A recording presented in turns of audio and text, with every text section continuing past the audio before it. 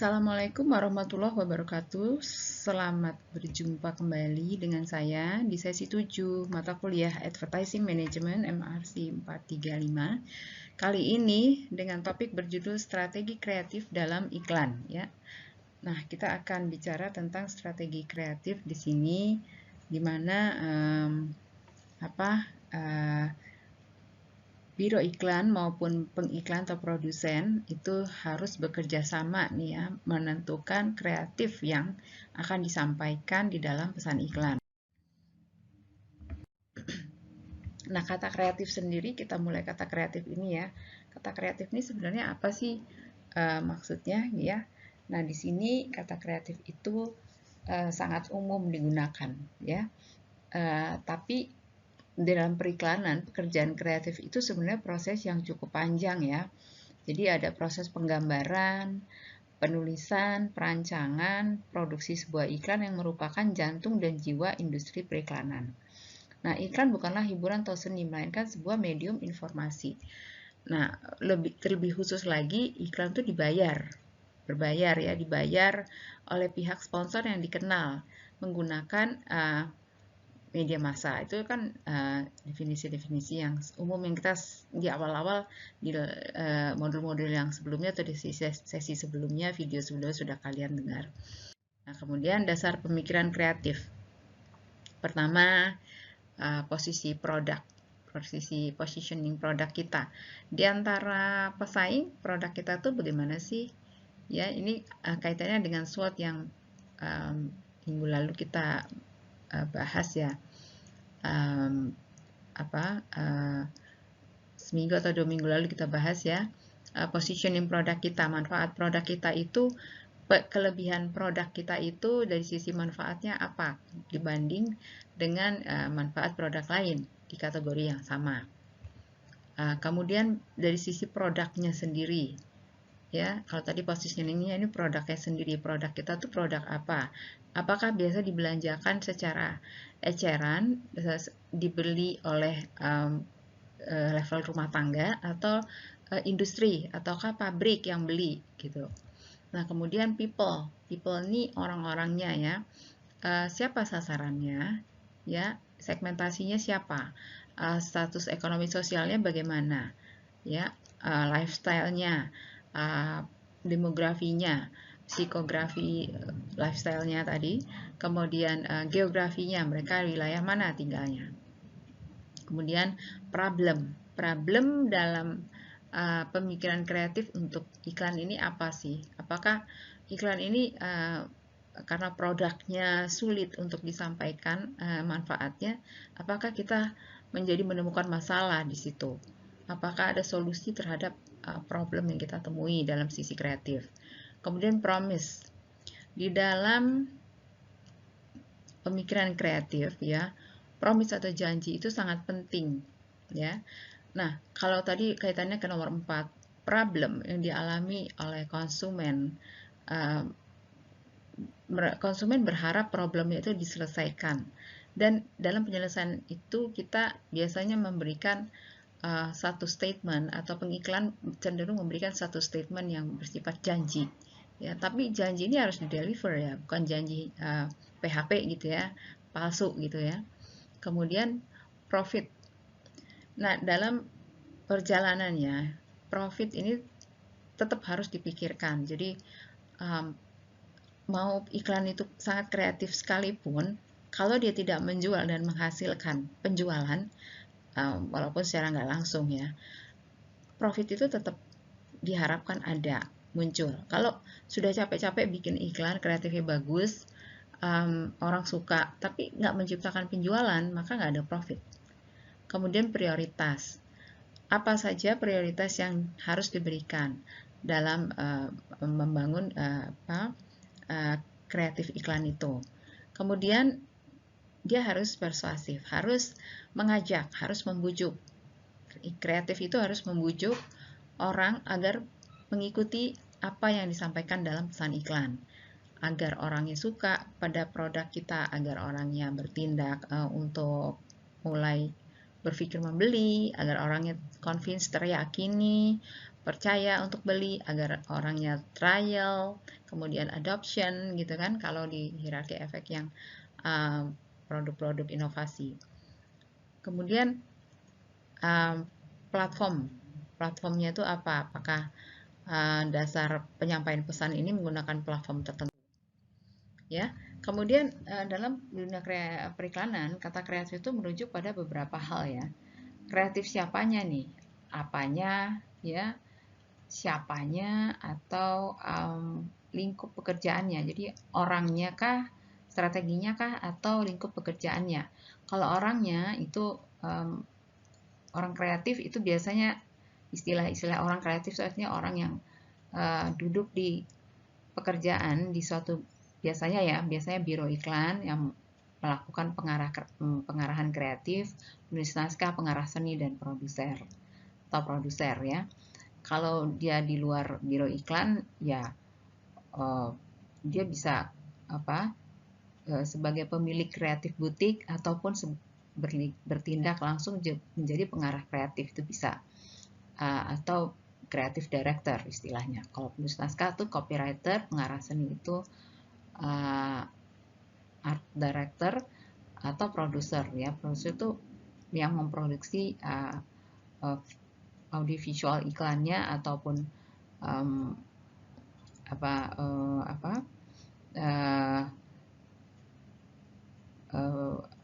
audionya iklan kalau di radio, ya, produser radio misalnya, atau produser iklan TV misalnya gitu. Nah, itu tadi yang disebut dengan istilah orang kreatif. Kalau strategi kreatif itu apa? Kalau strategi kreatif itu seorang pengiklan akan berpikir strategi. Ini biasanya di sisi komunikator yang pengiklannya. Pengiklan itu bisa orang di biro iklan yang mewakili si produsennya atau pemilik produknya, atau memang produsennya sendiri, ya. Jadi di dalam industri periklanan, strategi kreatif bisa saja muncul idenya dari produsennya. Nah, dia sampaikan ke biro iklan, ke pihak pengiklan yang melalui si creative director tadi yang di nomor 1, orang kreatif tadi. Kemudian mereka langsung berpikir strategi bagaimana kreatif sebuah iklan itu harus dilakukan, ya. Nah, jadi orientasinya harus pemasaran.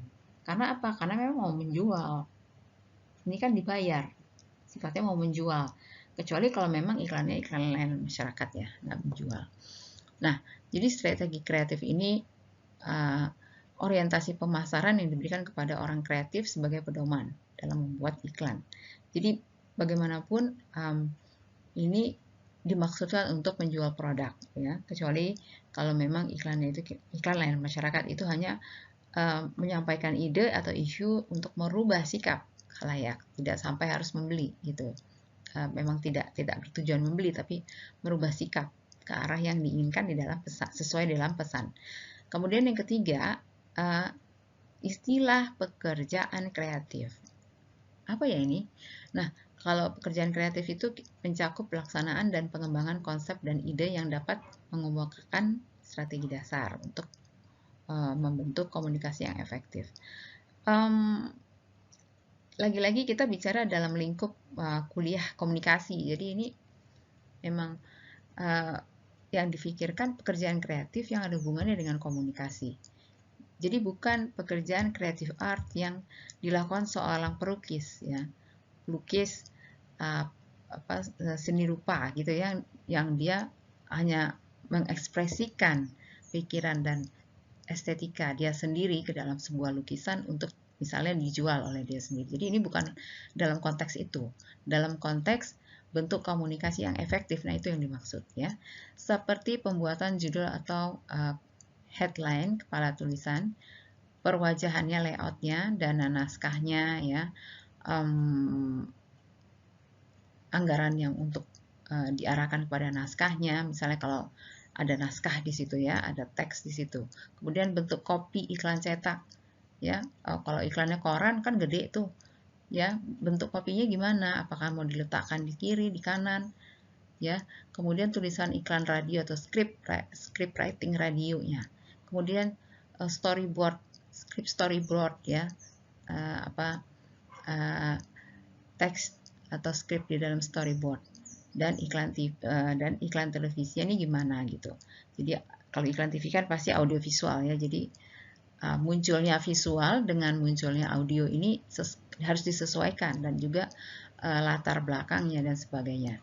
Ini pekerjaan kreatif. Ini namanya pekerjaan kreatif. Jadi dibedakan ya pekerjaan kreatif dengan pekerjaan seni. Seni rupa yang sifatnya ekspresi individual seorang seniman gitu. Itu walaupun ada unsur kreatif di situ. Nah, perumusan strategi kreatif nih. Pertama, mengumpulkan dan mempersiapkan informasi pemasaran yang tepat agar orang-orang kreatif dapat dengan segera menemukan strategi kreatif mereka. Biasanya informasi yang bermanfaat adalah informasi yang menyangkut rencana pemasaran dan komunikasi.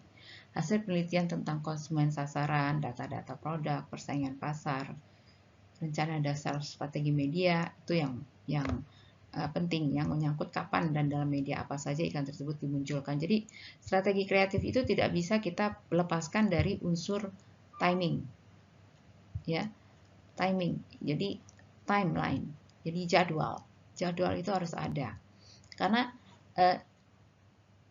konten kreatif yang sama disampaikan orang yang sama, pengiklan yang sama dalam timing yang berbeda, hasilnya akan beda. Pada saat Ramadan begini, kenapa orang berlomba-lomba menjual produk yang sifatnya mengarah kepada religi ya, musik religi, konten kitab suci misalnya, ataupun yang dikemas dalam bentuk Al-Quran atau sedekah kitab suci, atau yang disedekahkan misalnya, sumbangan atau donasi atau jariah ya, amalan. Kemudian produk-produk muslimah seperti pakaian muslim, kemudian produk yang halal sifatnya, ataupun traveling yang halal misalnya. Ini kalau dijual dalam konteks timingnya Ramadan dan Lebaran, ini akan berbeda impact-nya dibanding kalau dijual dalam kondisi di bulan-bulan yang tidak ada Ramadan gitu. Makanya sangat penting sekali timing atau penjadwalan di sini ya. Juga medianya. Ya, kalau media tersebut mempengaruhi orang secara individual atau di level perorangan yang ingin kita sasar, maka beriklanlah di media sosial. Tapi kalau massal sifatnya massal, benar-benar untuk menjangkau ke seluruh pelosok, mungkin bisa menggunakan media konvensional seperti koran, TV, atau radio ya. Nah itu, jadi media, timing atau schedule-nya itu sangat menentukan. Walaupun kita udah benar pemasaran dan komunikasinya, tapi kalau media dan schedule-nya salah, berbeda lagi hasilnya. Itu tahap 1. Tahap 2, orang-orang kreatif yang harus membenamkan diri dalam informasi-informasi itu menetapkan satu posisi atau platform dalam penjualan serta menentukan tujuan iklan yang akan dihasilkan. Tujuan iklannya apa? Meningkatkan awareness kah? Meningkatkan minat kah? Meningkatkan coba ya trial, atau meningkatkan action. Kalau meningkatkan action ini nggak bisa sendiri, harus ada promosi, harus ada distribusi, harus ada personal selling gitu ya. Itu mempercepat unsur orang menjadi beli. Ya, kalau promosi kan ada diskon-diskon, jadi orang tertarik untuk membeli jika disertai dibarengi dengan diskon tanpa mengorbankan brandingnya atau efektivitas iklannya. Nah, tahap 3, melakukan presentasi di hadapan pengiklan atau klien untuk memperoleh persetujuan sebelum iklan yang telah diproduksi atau dipublikasi itu ditetapkan. Ya, jadi tadi itu benar-benar bagian merencanakannya, jadwalnya, medianya, komunikasinya, strateginya. Yang kedua itu orang-orangnya, mereka tuh udah siap belum dengan informasi-informasi yang harus dibaca dulu sebelumnya. Kemudian yang ketiga presentasi.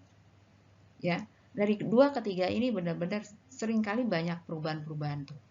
Ya, sebelum presentasi saya mengalami di dalam sebuah biro iklan, sudah mau presentasi pun masih ada unsur yang dirubah. Misalnya pesan iklannya diganti nih, jangan yang ini, berubah lagi. Ya. Atau misalnya sudah approval oleh klien. Nah, itu ada perubahan-perubahan. Biasanya 3 kali perubahan. Ya, dalam kontrak itu sudah ditentuin 3 kali perubahan, batasnya nggak boleh lebih dari 3 kali.